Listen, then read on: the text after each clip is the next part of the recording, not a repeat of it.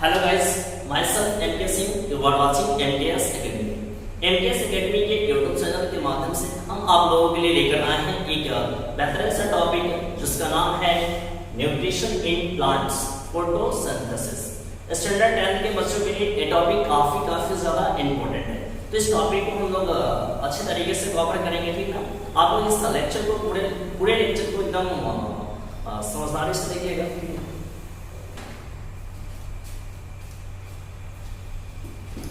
Hello guys, myself MK Singh, you are watching MKS Academy. MKS Academy के इस YouTube channel पे आपका स्वागत है। आज की इस सेशन में हम लोग कुछ खास टॉपिक को लेकर आए हैं, जिस टॉपिक का नाम है nutrition in plants, that is photosynthesis. Nutrition in plants में हम लोग बात करने वाले हैं कैसे फोटोसिंथेसिस टॉपिक। तो ये टॉपिक स्टैंडर्ड 10 के बच्चों के लिए काफी ज्यादा इंपॉर्टेंट है, ठीक ना। तो उसी तरीके से हम लोग इस टॉपिक को लेकर आए हैं और आप इस टॉपिक का एंजॉय करेंगे अच्छे तरीके से।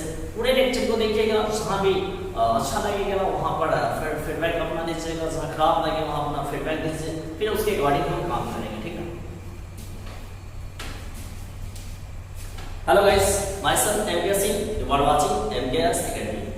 एमकेएस एकेडमी के इस यूट्यूब चैनल के माध्यम से हम आप लोगों के लिए लेकर आए हैं क्लास 10 का एक बेहतरीन सा टॉपिक, जिस टॉपिक का नाम है न्यूट्रिशन इन प्लांट्स, जिसे हम लोग फोटोसिंथेसिस बोलेंगे। Nutrition in plant, that is photosynthesis.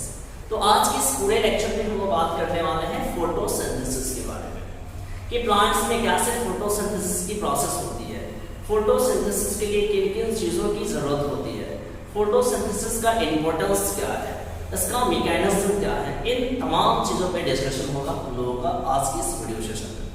चलिए तो सबसे पहले फोटोसिंथेसिस को हम लोग डील करते हैं, ठीक है ना। तो किसी भी टॉपिक को भारी नहीं बनाना है, एकदम इजी वे में उसको समझने की कोशिश करना है। पहले टर्म को क्लियर करेंगे, फिर डेफिनेशन को क्लियर करेंगे, फिर उससे जुड़ी हुई सारी बातों को हम लोग क्लियर करेंगे एक एक करके। सबसे पहला यहाँ पे फोटोसिंथेसिस टर्म है, जिसको हम लोगों को डिफाइन करना है। फोटोसिंथेसिस में टू टर्म्स है, फर्स्ट फोटो और सेकंड सिंथेसिस।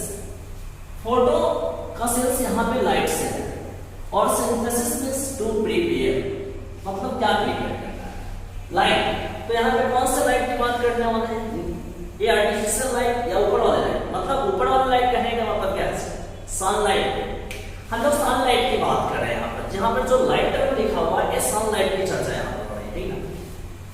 और टू प्रिपेयर, क्या प्रिपेयर करना है, तो फोटोसिंथेसिस एक प्रोसेस है जिसके माध्यम से प्लांट फूड का प्रिपरेशन करता है in presence of sunlight.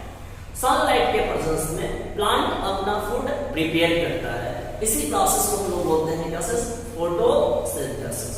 Clear है। देखिए यहाँ पे डेफिनेशन क्लियर करके लिखा गया है, आपको नोट भी कर लीजिएगा। Process of formation of food in plants in presence of sunlight is called photosynthesis.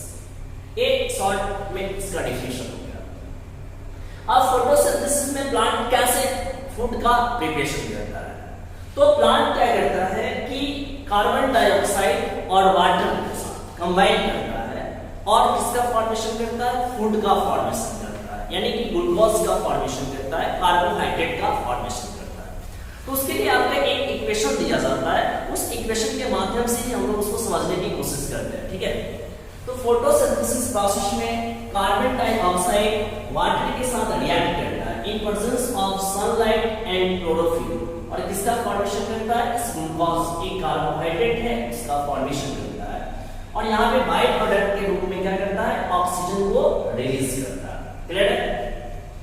अब ये जो कार्बन डाइऑक्साइड है और H2O जो है, ये आपका सिंपल मॉलिक्यूल्स है, सिंपल इनऑर्गेनिक मॉलिक्यूल्स है। इस सिंपल इनऑर्गेनिक मॉलिक्यूल्स से कॉम्प्लेक्स ऑर्गेनिक मॉलिक्यूल्स का फॉर्मेशन होता है, यानी कि फोटोसिंथेसिस प्रोसेस में सिंपल इनऑर्गेनिक मॉलिक्यूल्स को कॉम्प्लेक्स ऑर्गेनिक मॉलिक्यूल्स में कन्वर्ट किया जाता है।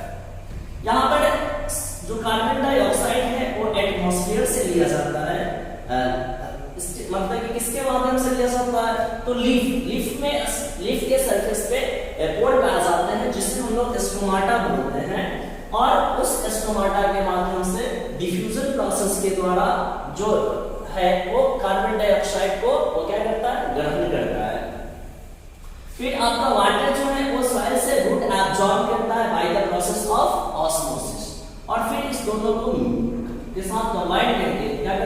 ग्लूकोज का फॉर्मेशन करता है। ये इसका बैलेंस केमिकल इक्वेशन है। कहीं कहीं पे देखिए किसी बुक में यहाँ पर H2O को रिलीज करता है, तो वहां पर देख लीजिएगा उस इक्वेशन को बैलेंस करने के जैसे यहाँ पर 6H2O डालिएगा तो यहाँ पर आप 12 से मल्टीप्लाई कर दीजिएगा, ठीक ना। कुछ बुक पे वैसे भी दिया रहता है, आप इतना भी नहीं लिखते फिर भी सही है, उसको मेंशन करते वो भी सही है, ठीक है। इसलिए कंफ्यूज नहीं होना है हम लोगों को। चलिए इसके आगे बात करते हैं हम लोग ना कि इस फोटोसिंथेसिस प्रोसेस में कौन कौन से इवेंट्स होते हैं, कौन कौन से मेन इवेंट्स होते हैं, उस पे डिस्कस करते हैं। Main events during photosynthesis. सबसे पहला पॉइंट यहाँ पर मेंशन किया गया intake of CO2 through stomata of leaf, यानी कि जो लीफ में स्टोमाटा होता है उसके माध्यम से एटमॉस्फेयर से कार्बन डाइऑक्साइड को क्या करता है, इनटेक करता है by the process of diffusion. First point. Second कहता है intake of water from soil through root, यानी कि जो रूट है वो सॉइल में रहता है और उस सॉइल में जो वाटर प्रेजेंट है उस वाटर को वह क्या करता है, अब्सॉर्ब करता है by the process of osmosis. Clear. Third point, photosynthesis में और क्या होता है आपको, तो sunlight energy, sunlight is absorbed bye chlorophyll. तो जो लीफ होता है उस लीफ में क्लोरोप्लास्ट होता है, लीफ के मेसोफिल सेल में क्लोरोप्लास्ट पाए जाते हैं और उस क्लोरोप्लास्ट के अंदर एक ग्रीन पिगमेंट होता है जिसे हम लोग क्लोरोफिल बोलते हैं, और वही क्लोरोफिल जो होता है वह सनलाइट एनर्जी को क्या करता है, अब्सॉर्ब करता है। तो आप याद रखिएगा थर्ड में कैसे sunlight is absorbed bye chlorophyll. अब जैसे ही सनलाइट को अब्सॉर्ब करेगा तो उसका यूटिलाइज क्या है, तो वो फोटोलिसिस ऑफ वाटर, मतलब कि वाटर मॉलिक्यूल्स को ब्रेक करता है। फोटोलिसिस ऑफ वाटर का मतलब क्या है, breakdown of water molecules in presence of sunlight is called photolysis of water. और वाटर को वहां पर किसमें तोड़ता है, तो हाइड्रोजन और ऑक्सीजन में उसको ब्रेक करता है। अब यहाँ पर जो हाइड्रोजन जो प्रोड्यूस हुआ उस हाइड्रोजन का यूज करता है कार्बन डाइऑक्साइड रिडक्शन में, और जब कार्बन डाइऑक्साइड का रिडक्शन होता है उससे किसका फॉर्मेशन होता है, ग्लूकोज का फॉर्मेशन होता है।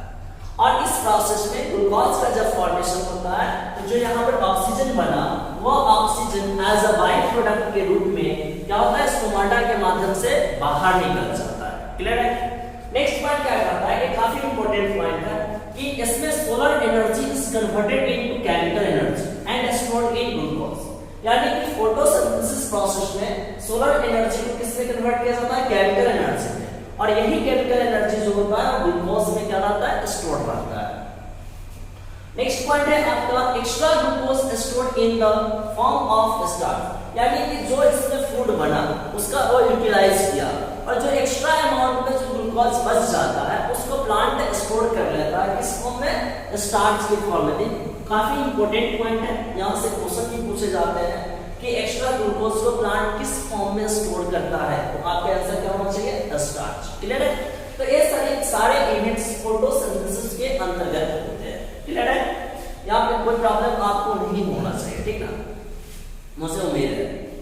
चलिए इसके बाद ये आपका हो गया फोटोसिंथेसिस, फोटोसिंथेसिस इक्वेशन हो गया आपका, यहाँ इसमें कौन कौन से इवेंट्स होते हैं। अब मान लेते हैं कि कोई बोलचाल की भाषा में आपसे यदि पूछते कि क्या इंपॉर्टेंस है, फोटोसिंथेसिस की इंपॉर्टेंस क्या है। आपको पता है कि फोटोसिंथेसिस प्रोसेस के द्वारा प्लांट अपना फूड प्रिपेयर कर रहा है, बट उसको एक सीक्वेंस में हमको क्या करना है, कॉपी पे एक्सप्रेस करना है, तो आपका एक्सप्रेशन बेटर होना चाहिए, ठीक ना। तो उसके लिए इस टॉपिक को हम डील करते हैं, ठीक है। Importance of photosynthesis, what is the importance of photosynthesis. तो आप याद रखिए इट इज ओनली प्रोसेस, ये मात्र एक ऐसा प्रोसेस है जिसके द्वारा first point green plants convert sun energy into food, यानी कि फोटोसिंथेसिस एक मात्र ऐसा प्रोसेस है जो सन एनर्जी को क्या करता है, फूड में स्टोर करता है। इसके लिए फॉर ऑल लिविंग बीइंग्स। यदि हम इकोसिस्टम में बात करें तो आपका एनर्जी का जो मेन सोर्स जो होता है आपका वह सनलाइट होता है, और वही सनलाइट एनर्जी आपका एक मतलब कि one organism to other organism transfer होता है। तो ट्रांसफर कैसे होता है, तो एक प्लांट्स जो होता है ग्रीन प्लांट्स उस सन एनर्जी को फूड के फॉर्म में स्टोर करता है और उसको कन्वर्ट करता है, और फिर जब हम लोग फूड को खाते हैं तो वह एनर्जी हमारे बॉडी के अंदर आ जाता है। क्लियर है। सेकंड पॉइंट है ये एकमात्र ऐसा नेचुरल प्रोसेस है जिसके द्वारा एटमॉस्फेयर में ऑक्सीजन का फॉर्मेशन होता है। Oxygen is liberated into the atmosphere, यानी कि फोटोसिंथेसिस एकमात्र ऐसा नेचुरल प्रोसेस है जिसके द्वारा एटमॉस्फेयर में ऑक्सीजन का फॉर्मेशन होता है। क्लियर है? थर्ड पॉइंट, साथ में क्या करता है, फोटोसिंथेसिस में कार्बन डाइऑक्साइड को एब्सॉर्ब करता है। तो ये क्या करता है, एक तरीके से कि CO2 concentration in atmosphere constant, यानी कि यह एटमॉस्फेयर में CO2 के कंसंट्रेशन को बनाए रखता है, उसको एक कांस्टेंट करके रखता है। कौन? फोटोसिंथेसिस। क्लियर है?